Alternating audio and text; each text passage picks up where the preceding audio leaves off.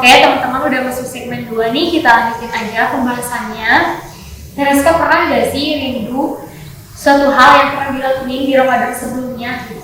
Mungkin untuk di Ramadan tahun lalu ya, karena di tahun lalu itu pernah kegiatan sama anak-anak yatim, gitu, kita bersosial, kita melihat mereka senang, happy, itu jadi balik lagi kita loh happy-nya gitu. Itu yang paling dirindukan buat tahun ini ya, khususnya Ramadan tahun ini juga ada kesempatan untuk berkegiatan bersama mereka lagi. Oke. Lalu Teh Ceka pernah ada gak sih Ramadan tuh ingat sama misalkan orang tua atau keluarga gitu? Jelas ya, apalagi sama yang sudah duluan gitu, kangen sama kakek nenek juga mungkin yang sudah di alam sana. Mari kita doakan ya, kita doakan juga teman-teman semuanya, semoga dilapangkan kuburnya. Amin. Oke teman, apalagi mungkin untuk apa ya yang paling dirindukan tuh takjilnya ya. Betul gak sih? Bener banget. Awalnya kan berburu takjil itu cuma bisa kita lakukan di bulan Ramadan aja. Bener gak sih? Meskipun kita lakukan beda ya, bener beda. Apalagi kan tradisi Ramadan itu ya sholawatan tiap sore gitu kan di masjid, dan hidup banget rasanya. Betul banget. Kayak adem banget, atau dunia tuh kayak hangat gitu ya. Gitu. Rindu berburu takjil sore-sore gitu. Kadang kan kita kalau misalkan di bulan biasa males banget harus keluar gitu kan. Sekarang udah jamnya online lagi, kalau mau mesen makan kan sudah gampang ya. Tapi ketika di bulan Ramadan kayak keluar sore-sore itu seneng banget gitu. Itu kayak apa ya? Apalagi orang-orang juga sama apa sih?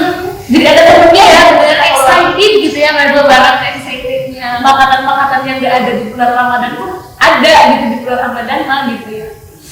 Senang banget sih. Selain takjil, makanan yang dirindukan di bulan suci Ramadan apa? Kayaknya semuanya ya. Tapi mungkin lebih rindu ketika Idul Fitrinya. Banyak banget makanan-makanan yang jarang banget ya sekali teman-teman. Apalagi ketupat, opor, ulen tapi ya tahu. Ulen gitu kan, rindu banget. Apalagi kue-kue toples itu kan jarang banget ada kalau misalkan bulan Ramadan lagi. Berkahnya dari bulan Ramadan tuh itu ya, betul banget, nggak terasa ya ternyata. Apalagi sekarang masih awal-awal Ramadan nih ya, jadi kita harus setting juga dari segi kesehatannya, betul banget, mentalnya. Apalagi kalau bulan puasa tuh kita tuh gak hanya puasa dari nahan lapar haus ya sih Teh Ceka, kita juga harus bisa dari nahan apa tuh nafsu mungkin ya.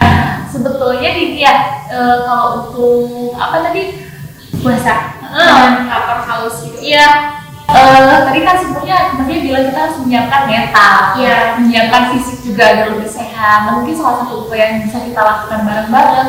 Mungkin yang pertama, walaupun kita lagi puasa tapi kita jangan tinggalin olahraga. Betul. Pagi-pagi ya. Biasanya kan kalau kadang mau habis sahur gitu kan ngantuk gak sih? Betul. Nah, padahal kan tidur lagi gitu ya. Terus kita tunggu dulu sholat subuh. Setelah sholat subuh kan rata-rata sambil ya kalau puasa kan maksudnya berangkat sekolah aja kan agak siang gitu kan. Olahraga tipis. Nah, jadi biasanya bisa kita pakai buat olahraga. Betul. Nyiapin fisik juga lebih sehat ya. Kemudian juga nyiapin mental juga iya. Karena kan banyak juga godaannya walaupun katanya setan dibelenggu, entah itu setannya dari diri kita sendiri apa jangan-jangan betul banget kan ya Allah.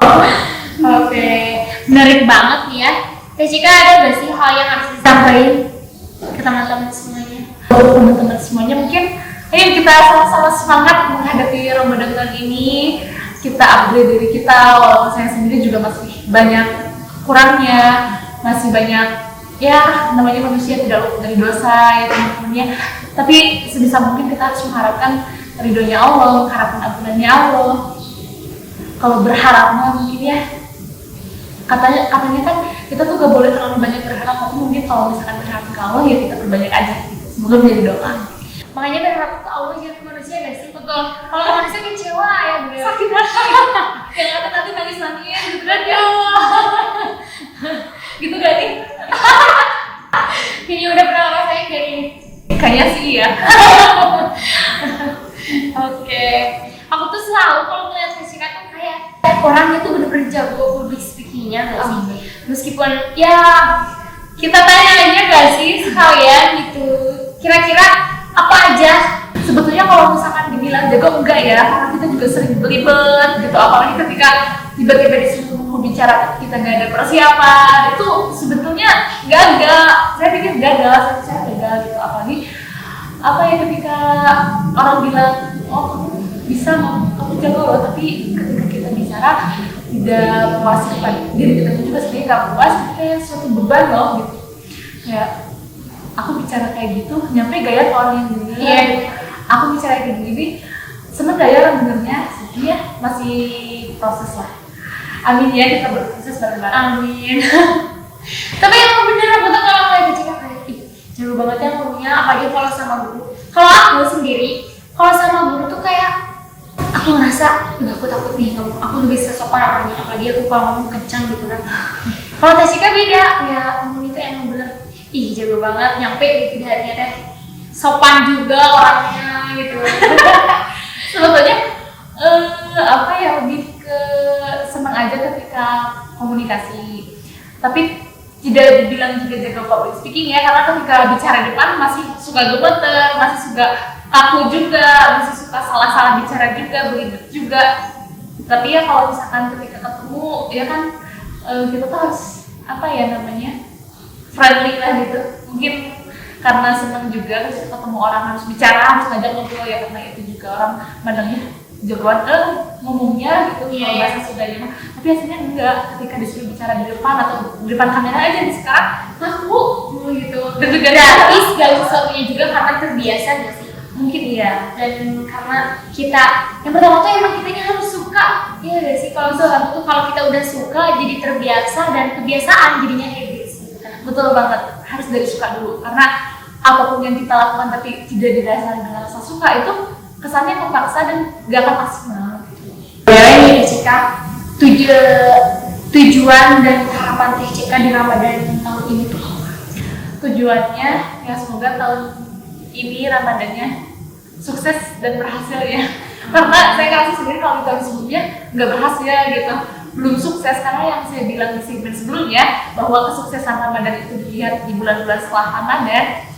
Ya saya merasa bahwa tahun kemarin belum sukses Ramadannya gitu, sekarang masih kayak gini lah gitu. Ya semoga di tahun ini Ramadan kali ini benar-benar bisa nge-upgrade diri sendiri. Amin. Semoga juga Allah mudahkan prosesnya menuju sukses Ramadan.